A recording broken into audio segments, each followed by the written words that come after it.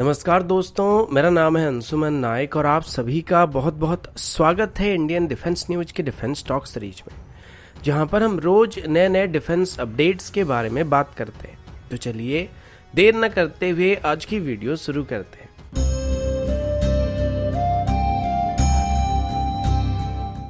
आज की पहली अपडेट इंडियन आर्मी की तरफ से है। कुछ दिन पहले इंडियन आर्मी की तरफ से आर्टिकुलेटेड ऑल टेरेन व्हीकल्स के लिए एक RFI को इशू किया गया था। नॉर्मली ये एक ट्विन कैबिन कन्फिगरेशन वाला व्हीकल होता है जिसे किसी भी तरीके के टेरेन में ऑपरेट किया जा सकता है। स्पेशली इनको स्नो और सैंडी रीजन में ऑपरेट करना ज़्यादा पसंद किया जाता है क्योंकि इनके पास नॉर्मल ट्रूप्स कैरियर या व्हीकल की तरह ज़्यादा स्पीड तो नहीं होता है, लेकिन स्नो में नॉर्मल टायर वाले व्हीकल फंस जाते हैं या स्लिप करते रहते हैं। और सेम कंडीशन डेजर्ट में भी हो सकता है जहां पर टायर वाले व्हीकल रेत में फंस जाते हैं। और ऐसे कंडीशन में ट्रूप्स को एक जगह से दूसरे जगह ले जाने के लिए इन व्हीकल का इस्तेमाल किया जाता है, जो कि ग्राउंड के ऊपर बहुत ही कम प्रेशर को डालते हैं, जिस वजह से आसानी से स्नो के ऊपर से या रेत के ऊपर से चले जाते हैं। अब इंडियन आर्मी की तरफ से मार्च के महीने में ऐसे 18 व्हीकल को खरीदने के लिए RFI को इशू किया गया था, जिनको मेनली लद्दाख रीजन में ऑपरेट करने का प्लान किया गया है। और इन सभी व्हीकल को लगभग 18,000 फीट से ज्यादा ऊंचाई में ऑपरेट करने के लिए डिप्लॉय करने का फैसला किया गया था। इस टेंडर को 2020 की डिफेंस प्रोक्योरमेंट पॉलिसी के अंदर ही बाय इंडियन कैटेगरी के अंदर फाइल करने का प्लान किया गया था। और इन 18 में से इनिशियल 12 व्हीकल को लद्दाख में डिप्लॉय किया जाएगा। अभी इसके लिए VML की तरफ से एक एक्सप्रेशन ऑफ इंटरेस्ट को इशू किया गया, जिसमें VML अभी ऐसे व्हीकल को मैन्युफैक्चर करने के लिए एक पार्टनर की तलाश कर रही है, जिसमें जो मेजर इंटेलेक्चुअल प्रॉपर्टी रहने वाली है वो VML के पास ही रहने वाला है। अभी इन व्हीकल को बनाने के लिए कम से कम 60% के आसपास इंडियन सिस्टम का इस्तेमाल किया जाएगा। और ये व्हीकल बुलेट प्रूफ भी होने वाली है और इसमें स्टैंडर्ड 4569 लेवल 1 स्टैंडर्ड की बैलिस्टिक प्रोटेक्शन मौजूद होने वाली है। और इसके अलावा इसमें कम से कम एक बार में 10 जवानों को ट्रांसफर करने की काबिलियत भी होने वाली है। अगला अपडेट मॉडर्न कॉर्वेट्स को लेके। आपने देखा होगा रिसेंटली इंडियन नेवी से मल्टीपल कॉर्वेट क्लास की वेसल को रिटायर कर दिया गया और अभी एक तरीके से उनकी जगह वॉइड होने वाला है। हालांकि अभी हमारे पास एक डिसेंट अमाउंट में मॉडर्न कॉर्वेट्स मौजूद है, लेकिन ग्रोइंग चाइनीज नेवी को काउंटर करने के लिए हमें ऐसे वेसल की सबसे ज्यादा जरूरत पड़ने वाली है, क्योंकि किसी भी एंगेजमेंट में ये वेसल सबसे आगे दुश्मन के साथ एंगेज होते हैं या दुश्मन के सबमरीन्स को डिटेक्ट और डिस्ट्रॉय करने का काम करते हैं, या यूं कहे कि हमारी मेजर वॉरशिप जैसे कि फ्रिगेट हो जाए या डिस्ट्रॉयर्स हो जाए, उनको ये दुश्मन के अटैक से प्रोटेक्ट करने का काम करते हैं। इसके अलावा इनको नॉर्मल मिशन में भी इस्तेमाल किया जा सकता है। अभी बताया जा रहा है कि इंडियन नेवी की तरफ से अभी गवर्नमेंट को एडिशनल 8 कॉर्वेट्स को खरीदने के लिए रिक्वेस्ट किया जा रहा है और अभी डिफेंस एक्विजिशन काउंसिल की तरफ से एडिशनल 8 कॉर्वेट्स के लिए एक मेजर प्रोजेक्ट को अप्रूव करने का विचार किया जा रहा है। इस प्रोजेक्ट की कॉस्ट टोटल 36,000 करोड़ के आसपास होने वाली है और इसमें बनाए जाने वाले हर एक वेसल की जो स्टैंडर्ड डिस्प्लेसमेंट होने वाली वो लगभग 1500 टन से 2000 टन के आसपास होने वाली है। और इनको कम्प्लीटली यहाँ पे इंडिजिनस तरीके से डिजाइन और डेवलप करने का प्लान किया गया। इस प्रोजेक्ट के लिए अभी अप्रूवल मिलने के बाद एक फ्रेश टेंडर को फ्लोट किया जाएगा, जिसमें सिर्फ इंडियन शिप ही पार्टिसिपेट करने वाला है और इसमें जीतने वाले को इन शिप्स को बनाने का कॉन्ट्रैक्ट मिलने वाला है। फिलहाल अभी इसकी बेसिक स्पेसिफिकेशन के बारे में कोई डिटेल जानकारी नहीं दिया गया, लेकिन ये प्रोबेबली मिसाइल कॉर्वेट्स होने वाले और इस डील के साइन होने के 6 से 7 साल के अंदर इनको इंडियन नेवी में शामिल करने का प्लान किया गया है। अगला अपडेट HAL की STD-40 बेसिक ट्रेनर एयरक्राफ्ट को लेके। STD-40 एयरक्राफ्ट के बारे में आप सब मैक्सिमम लोग जानते होंगे, जो कि HAL के द्वारा डेवलप किया गया एक बेसिक ट्रेनर एयरक्राफ्ट है और अभी हमें ऐसे कम से कम 70 एयरक्राफ्ट की जरूरत पड़ने वाली है, जिनको इनिशियल लेवल में हम पायलट्स को ट्रेन करने के लिए इस्तेमाल कर सकते हैं। पहले हम प्लेटस की ट्रेनर का इस्तेमाल करते थे और एडिशनल एयरक्राफ्ट को भी वहाँ पे खरीदने का प्लान किया गया था, लेकिन बाद में प्लेटस को बैन कर दिया गया था और इस वजह से बीच में एडिशनल ट्रेनर एयरक्राफ्ट को खरीदने का जो डील था वो सालों तक पेंडिंग पड़ा रहा था। फिर जब HAL की तरफ से अपनी खुद की इंडिजिनस बेसिक ट्रेनर एयरक्राफ्ट को डेवलप करना स्टार्ट किया गया, तो फिर फॉरेन एयरक्राफ्ट के बदले यहाँ पे इंडियन मेड ट्रेनर एयरक्राफ्ट को इंडियन एयरफोर्स में शामिल करने का फैसला किया गया था।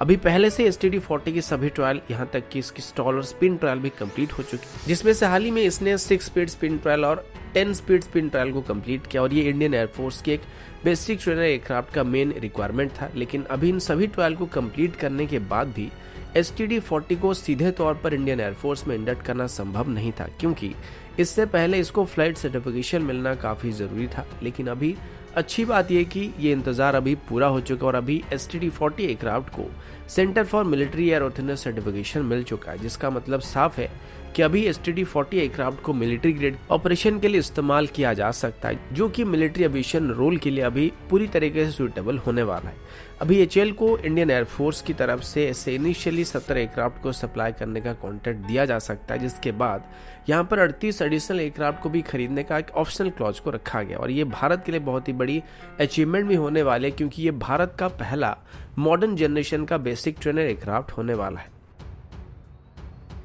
अगला अपडेट डिफेंस एक्विजिशन काउंसिल की तरफ से। पिछले अपडेट में हमने आपको बताया था कि नेवी की तरफ से अभी गवर्नमेंट से 8 एडिशनल कॉर्वेट्स को बनाने के लिए एक्सेप्टेंस और नेसेसिटी को मिलने का इंतजार किया जा रहा है। और मजे की बात यह कि अभी हाल ही में हुई डिफेंस एक्विजिशन काउंसिल की मीटिंग में नेवी को इन वेसल को बनाने के लिए अप्रूवल दे दिया गया। सिर्फ इतना ही नहीं, बल्कि इस दौरान हुई मीटिंग के दौरान लगभग 76,000 करोड़ के डिफेंस इक्विपमेंट को खरीदने के लिए अलग अलग डील को फाइनल किया गया, जिसमें से 8 कॉर्वेट की डील भी शामिल है। और इनको छोड़कर डिफेंस एक्विजिशन काउंसिल की तरफ से अभी इंडियन आर्मी के लिए rough terrain front lift trucks, bridge link tanks, field armoured fighting vehicles, anti tank guided missile और वेपन लोकेटिंग रडार्स को खरीदने का फैसला किया गया और इन सभी इक्विपमेंट को खरीदने के लिए इस दौरान फंड्स को एलोकेट किया गया। ये सभी के सभी इंडियन सिस्टम होने वाले, यानी कि इन 76,000 करोड़ में से सारे के सारे पैसे इंडिजिनस वेपन्स को इंडक्ट करने के लिए खर्च करने का फैसला किया गया, जो कि डायरेक्टली हमारे इंडियन डिफेंस कंपनियों के पास ही जाने वाला है। एक और अच्छी बात यह कि इस दौरान दोनों एयरक्राफ्ट के लिए और इंडियन एयरफोर्स की सुखोई में इस्तेमाल होने वाले इंजन को भी लोकली मैन्युफैक्चर करने का ऑर्डर दिया जा रहा है, जो कि हमें रशियन इक्विपमेंट के ऊपर डिपेंडेंसी को कम करने में मदद करने वाला है। अगला update kind of controversial update होने वाला है। आप सब जानते हैं कि अभी प्रोजेक्ट 75I के अंदर लगभग सभी ओरिजिनल इक्विपमेंट मैन्युफैक्चरर्स टेंडर से बाहर हो चुके हैं और अभी सिर्फ साउथ कोरिया इसमें बचा हुआ है, जो कि शायद आगे चल के इंडियन नेवी के लिए मॉडर्न सबमरीन को बनाने का कॉन्ट्रैक्ट हासिल करने वाला है और इसमें एल मजगांव डॉक लिमिटेड के साथ मिलकर इनको आगे चल के भारत में बनाने वाला है। लेकिन सवाल ये कि आज तक किस वजह से भारत अपनी खुद की इंडिजिनस कन्वेंशनल सबमरीन को बनाने में सक्षम नहीं हुआ है। रिसेंटली मजगांव डॉक लिमिटेड के चेयरमैन और मैनेजिंग डायरेक्टर ने बताया था कि गवर्नमेंट की तरफ से इस पर ध्यान देना चाहिए, क्योंकि अभी तक जो फॉरेन ओरिजिनल इक्विपमेंट मैन्युफैक्चर थे वो हमारे साथ इतनी टेक्नोलॉजी को शेयर नहीं कर रहे हैं, जिनको बेस करके हम खुद की सबमरीन को यहाँ पे बना पाएंगे। या अभी तक किए गए डिफेंस डील में टेक्नोलॉजी ट्रांसफर के नाम पे हमेशा हमारे साथ सफिशिएंट अमाउंट की टेक्नोलॉजी को शेयर नहीं किया जाता है और इसमें बस कुछ एडिशनल पैसे लेके भारत को कुछ छोटे मोटे टेक्नोलॉजी ट्रांसफर कर दिया जाता है, जिसका कोई काम नहीं होता है। और ये एक मेजर कारण था जिस वजह से हम खुद की सबमरीन को अभी तक नहीं बना पा रहे। वैसे देखा जाए तो हो सकता है ये एक सच बात हो और हो सकता है कि फॉरेन कंपनीज की तरफ से टेक्नोलॉजी ट्रांसफर के नाम पर भारत को ठगते जा रहे हैं और हमारे साथ कोर टेक्नोलॉजी को शेयर नहीं कर रहे, जिनको बेस करके हम खुद की सबमरीन को आगे चल के बना पाएंगे। लेकिन मजगांव डॉक लिमिटेड को कम से कम इतना तो एक्सपीरियंस होना चाहिए कि वो खुद की सबमरीन को डेवलप कर पाए, क्योंकि अभी तक मजगांव डॉक लिमिटेड में कई सबमरीन की रिफिट हो चुकी और साथ ही अभी 6 मॉडर्न कलवरी क्लास की सबमरीन को भी यहाँ पे बनाया जा रहा है, जिनमें से कुछ की डिलीवरी भी कंप्लीट हो चुकी है और आगे चल के प्रोजेक्ट 75I के अंदर जो सबमरीन बनाए जाने वाले हैं उनमें से कम 3 से 4 सबमरीन को यहाँ पे बनाया जाने वाला है। तो अगर इतना सब कुछ होने के बाद भी मजगांव डॉक लिमिटेड यहाँ पर ये कहता है कि हमारे पास एक इंडिजिनस सबमरीन को बनाने के लिए सफिशिएंट नॉलेज नहीं है, तो ये मजगांव डॉक लिमिटेड की काफी हद तक कमी होने वाली है, क्योंकि हमसे लगभग 40 साल बाद साउथ कोरिया की तरफ से सबमरीन को एक्वायर किया गया था, जो कि सेम जर्मन ओरिजिन सबमरीन था जिसको हम लोग पहले इस्तेमाल कर रहे थे। लेकिन इसके बावजूद भी वो खुद की सबमरीन को यहाँ पे डेवलप करके हमको ये ऑफर कर रहे हैं, जबकि हमें उनसे सबमरीन्स को ऑपरेट करने का काफी ज्यादा अनुभव होने के बाद भी आज तक हम खुद की सबमरीन को डेवलप नहीं कर पा रहे। तो दोस्तों अभी के लिए इतना ही, मिलता हूँ आपसे अगले वीडियो में, तब तक के लिए जय हिंद, वंदे मातरम।